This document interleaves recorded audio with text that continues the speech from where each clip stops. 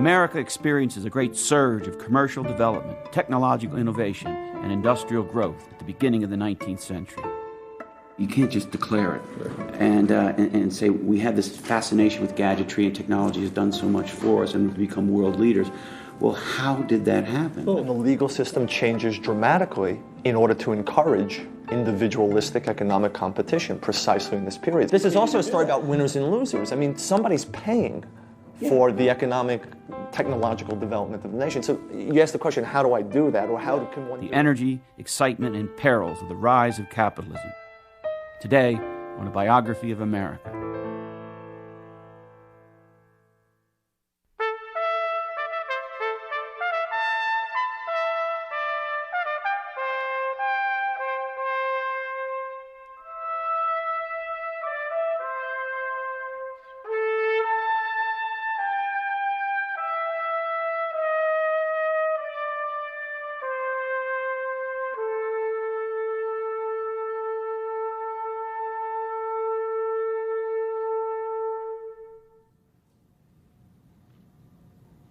In 1800, America was undergoing not one, but two revolutions, one political, the other economic.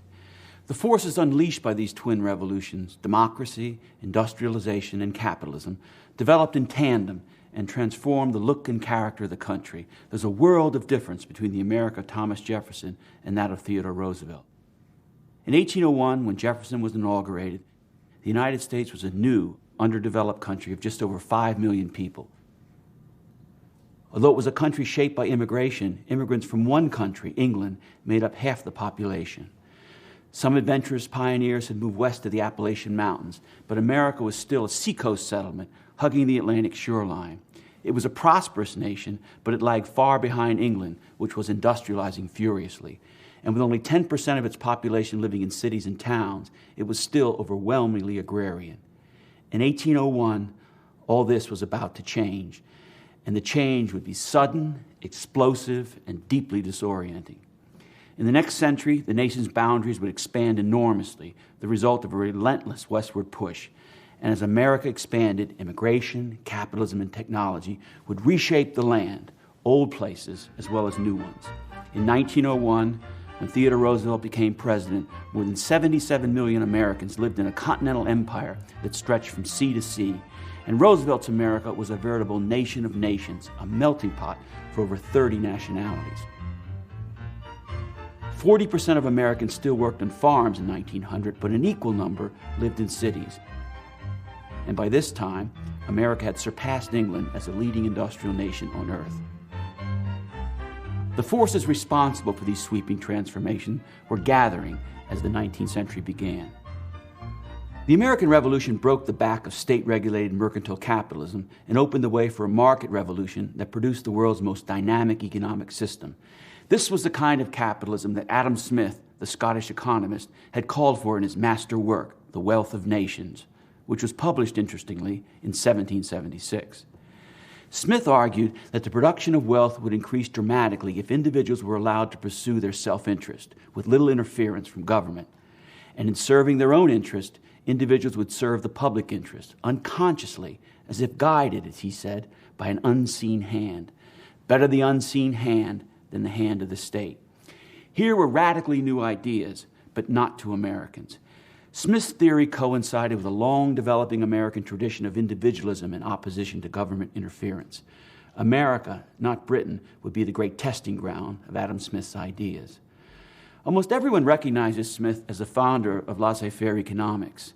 Less well known are his ideas about the division of labor. The division of labor, he insisted, would greatly improve the efficiency of workers. To make his point, Smith described the workings of a pin factory. One person making a pin could make perhaps one in a day, maybe a few more. But if the job were divided into 10 parts and given to 10 workers, each performing a specialized function, a small factory could turn out 48,000 pins a day. This was the assembly line a century and a half before Henry Ford was credited with inventing it. At the turn of the 18th century, America began to change almost in accordance with Smith's ideas. What we commonly call the American Industrial Revolution was actually two converging revolutions. A technological revolution based on the division of labor, and a commercial revolution powered by a deep faith in economic individualism and unrestrained competition. The American Industrial Revolution began with an act of economic espionage. In 1789, an English mechanic named Samuel Slater left his country for America disguised as a farmer. In his head were the closely guarded secrets of British textile manufacturing. The following year, Slater built a mill from memory at Pawtucket, Rhode Island, with the backing of 2 local capitalists.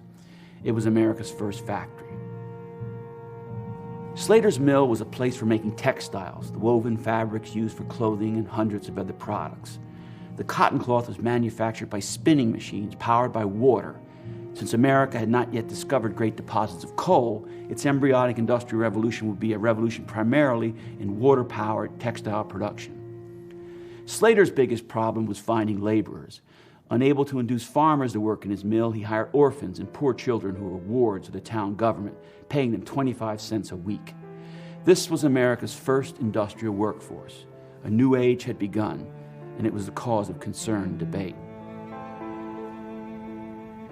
When Alexander Hamilton heard about Slater's mill, he celebrated its birth a year later in his famous Report of Manufacturers, which laid out the advantages of industrial development for the United States. Thomas Jefferson was less sanguine about Slater's mill. Jefferson loved science and technology. He experimented with mechanical gadgets and labor-saving devices and turned Monticello into a wonder place of technological contrivances. But Jefferson worried about the new factory system that had sprung up in England and was now threatening to make its appearance in America. Jefferson associated industrialization with Manchester, the recklessly expanding city that had become the center of the British cotton industry. It was a city of fabulous wealth and unimaginable wretchedness, a place where rivers had been turned into black sewers and workers into industrial slaves. On a visit there, the French writer Alexis de Tocqueville captured Manchester's paradoxical combination of economic ingenuity and social backwardness. From this foul drain, he wrote, the greatest stream of human industry flows out to fertilize the whole world. Here humanity attains its most complete development and its most brutish. Here civilization works its miracles, and civilized man is turned back almost into a savage. Jefferson knew that America couldn't escape industrialization, but he hoped that American factories could be placed in the countryside and worked by farm families with strong democratic values. That way, we could industrialize without endangering our republican institutions and creating an entrenched urban proletariat. Samuel Slater tried this family system of production in New England after his expanding system of factories ran out of children to employ. Along with hundreds of other early industrialists, Slater built agricultural villages around his mills to attract displaced farm families. The fathers worked in supervisory and ancillary jobs, and the women and kids in the mill itself. So American industry began in the country, not in the city, and remained there for a long time, for that's where there was falling water to power the new machines. The most promising experiment in rural industry was the model town that had been built from scratch in the 1820s on a beautiful spot on the falls of the Merrimack River north of Boston.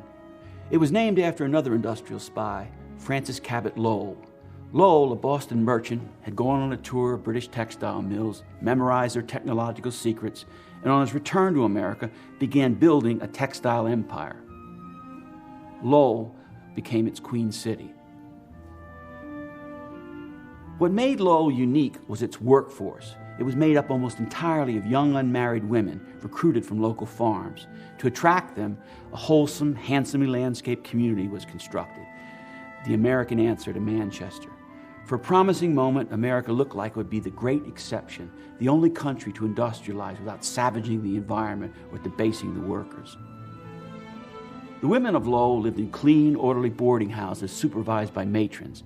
They worked long hours, but they were farm girls who were used to a 70-hour work week. What was new and hard to adjust to was the tight discipline and the new work routine. The women worked to the pace of their power-driven machinery and to the rhythms of the clock. The bells and the cupolas over the mills awoke them and called them to their jobs, to meals, and to bed in the evening. And the work was divided into boring, highly specialized tasks. But there were compensations. In their off hours, the women attended uplifting lectures, formed improvement groups, and edited their own magazine, The Lowell Offering.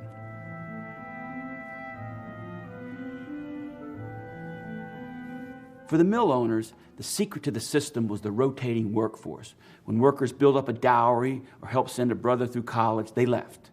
This made it easier to handle increasing complaints about pay or the speed up of the work. There were several strikes in the 1830s, but the agitators weren't there for long. The Lowell experiment was killed not by labor discontent, but by technological change. In the 1830s, steam power began to replace water power in the mills, steam generated by newly exploited Pennsylvania hard coal or anthracite. Slater was the first to build large steam-driven factories, but soon other cotton mills made the conversion to coal and steam. Steam power meant bigger mills, faster production runs, closer supervision of the workers, and a greater division of labor in the interest of efficiency. And when this happened, the young Yankee women began to leave. They were replaced by Irish workers fleeing the potato famine of the 1840s. The difference was the Irish women stayed. They were too poor to leave. By 1850, Lowell was a squalid mill town, a miniature Manchester with the industrial slavery Jefferson had warned about. Most historians have it wrong. It was the end of the Lowell experiment, not its beginnings, that marked the advent of full-scale industrial change in America, an age of coal, steam, and immigrant labor. While the factory system was evolving in the Northeast, the entire country experienced a market revolution that tied the expanding nation together with roads, canals, and railroads, and created modern capitalism. This commercial revolution revolved around an axis that ran from New York to Chicago. Take a map. Draw a line from New York up to Boston and then south to Baltimore. Put your hand on the map and move it across the country, all the way to the southern tip of Lake Michigan. Stop. You're in Chicago. It's in this geographic corridor in the Mississippi Valley that serviced it that the commercial revolution of the early 19th century was concentrated. In 1830, when they began to make contact with one another, New York and Chicago were vastly different places. New York was a thriving commercial center of almost 250,000 people. It had a spectacular gift from nature, a spacious, sheltered, deep-water port that was connected to the interior of their country by the Hudson River. And its aggressive merchants exploited this location to maximum advantage, making New York the country's leading export and import center, America's capital of commerce. New York was a city of the sea with an economic empire that was about to get far larger.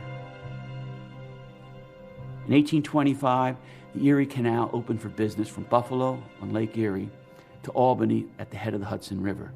This made New York the only port on the Atlantic coast linked by water to what was then the American West, a thinly settled area extending out to Chicago. The Erie Canal lowered shipping costs tremendously.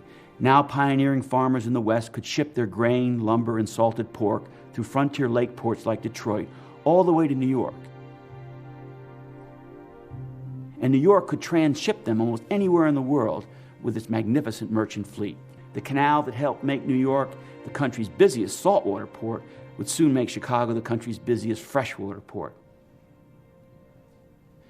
But in 1830, there was no town of Chicago.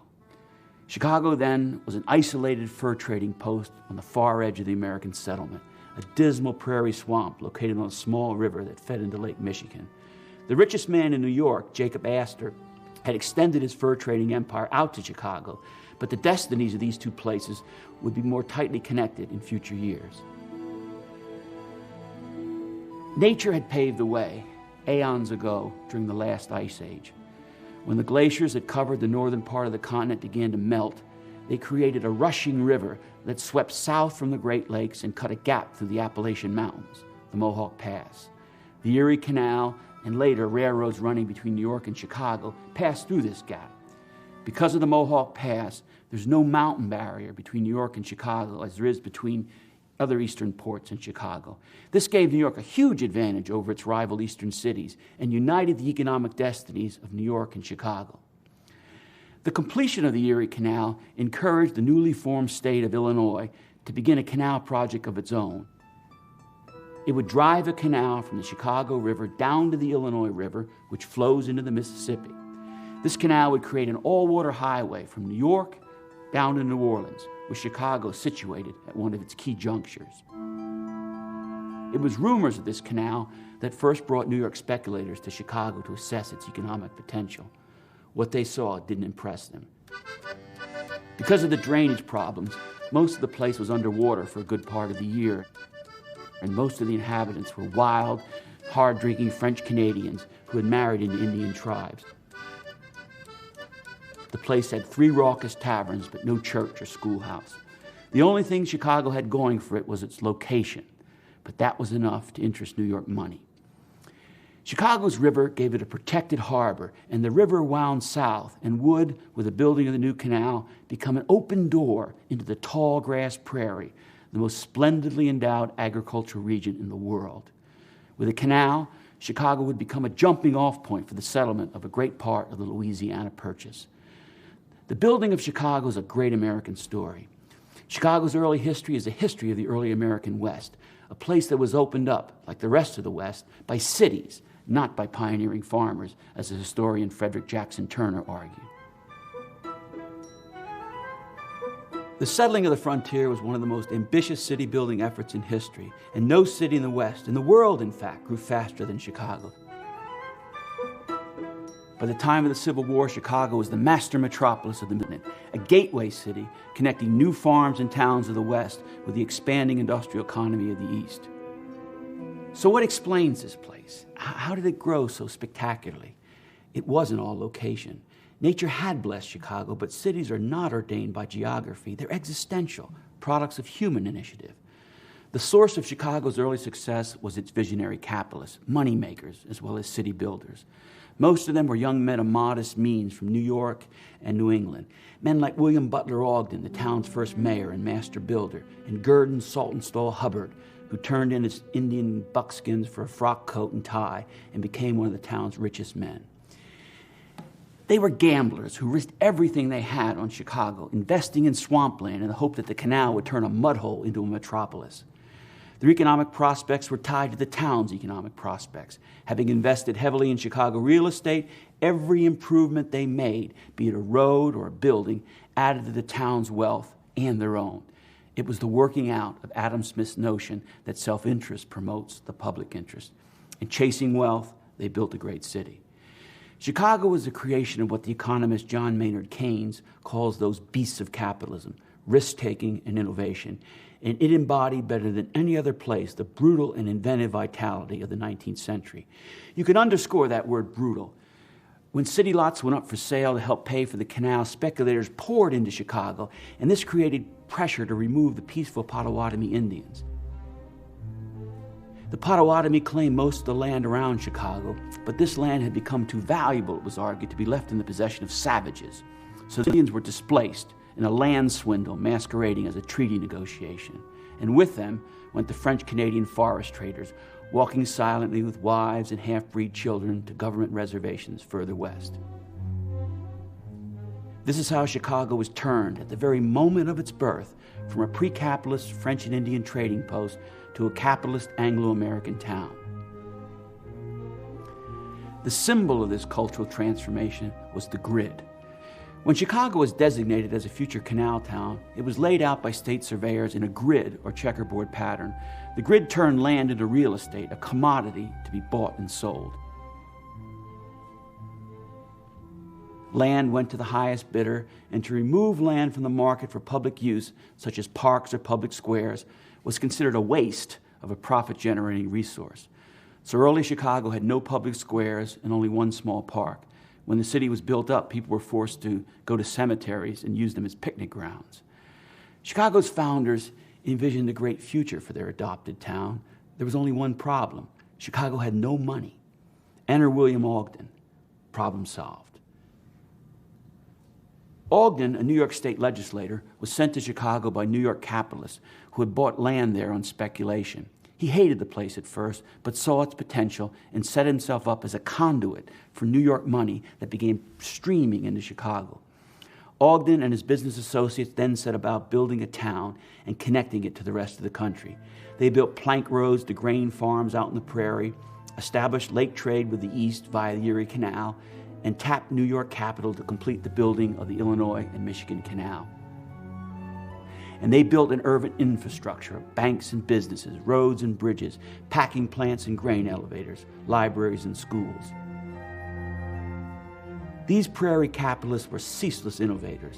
In 1848, the year the canal was opened, Ogden was already investing in a transportation technology that would replace the canal. It was the railroad. In 1847, Chicago didn't have a single mile of railroad. 10 years later, it was the rail center of America, and Ogden was a railroad king of the West. By the opening of the Civil War, more railroads met at Chicago than at any other spot on earth. St. Louis, Chicago's chief urban rival, had built a thriving commerce with New Orleans using steam-powered riverboats. But by the time of the Civil War, Chicago had displaced St. Louis, which remained tied to the river as the region's major trade center. The railroad tied the lower Midwest to the Northeast and ensured that this section didn't split off and become part of the Confederacy in 1861 when the lower Mississippi became a rebel river. Chicago rose to regional prominence by becoming not a manufacturing center at first, but a trade center, a gigantic exchange engine. Here's how the system worked for two commodities, lumber and wheat.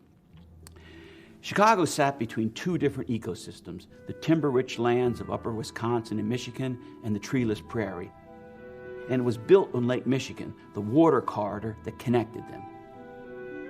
Ogden and other Chicago capitalists purchased entire forests in the north and sent lumber by lake boats down to Chicago, where it was processed and then sent out by canal and rail to prairie farmers. Chicago's lumber mills made cottages, schoolhouses, stores, taverns, and churches. Out in the prairie, it wasn't uncommon for entire groups of homesteaders to gather together at a desolate depot to await the arrival from Chicago of their entire ready-made town. The wheat trade was a more symbiotic relationship, and the land wasn't the loser. Reapers made at Cyrus McCormick's steam-driven Chicago factory allowed farmers to cut the wheat that Chicago shipped to the rest of the world. Farmers made money, Chicago merchants made money, and the key to it all was the railroad.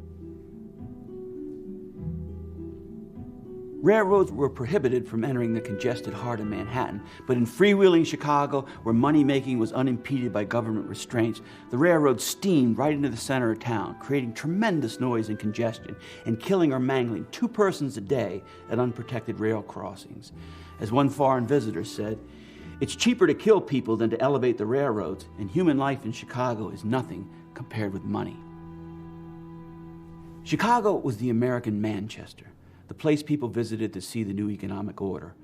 Well, not yet as rich or as wretchedly poor as Manchester, it was a place of even greater economic creativity and chaos. A commercial powerhouse, it was one of the ugliest cities in America and the unhealthiest as well. In the 1850s, cholera, a waterborne disease, hit the city with devastating force, killing in 1 year almost 6% of its population. In that decade, Chicago had the highest death rate of any American city. The problem was that Chicagoans were drinking their own sewage. Both garbage and raw sewage were dumped into the Chicago River, along with the blood and remains of animals slaughtered at the city's meatpacking plants. On some days, the river was blood red. This river water, in turn, flowed into Lake Michigan, the source of the city's water supply. Even small fish got into the water supply and would come shooting out of spigots and sinks. When you turned on the hot water, as one Chicagoan joked, you got chowder.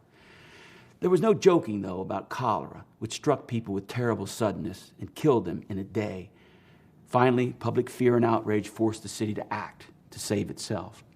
Ogden and other city officials hired a Boston engineer, Ellis Chesborough, to build a modern water supply and sewage system.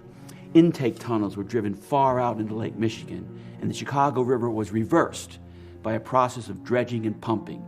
Now it carried Chicago's waste away from the city into the Illinois and Michigan Canal, past complaining but less powerful canal towns. Chesborough also lifted Chicago out of the mud and swampy soil that were breeding places for cholera. He raised up the entire town by as much as 10 feet, jacking up entire rows of buildings with the people right in them, and placing dredged soil from the river bottom under them. The raising of the city and the reversal of the river were 2 of the most stupendous engineering projects of the age, and they gave Chicago a reputation as a city that could accomplish almost anything. Raw, wildly growing Chicago illustrated better than any other place America's faith in technology and unfettered capitalism, forces that were conquering the frontier and raising America to greatness. The Chicago story is a cautionary tale.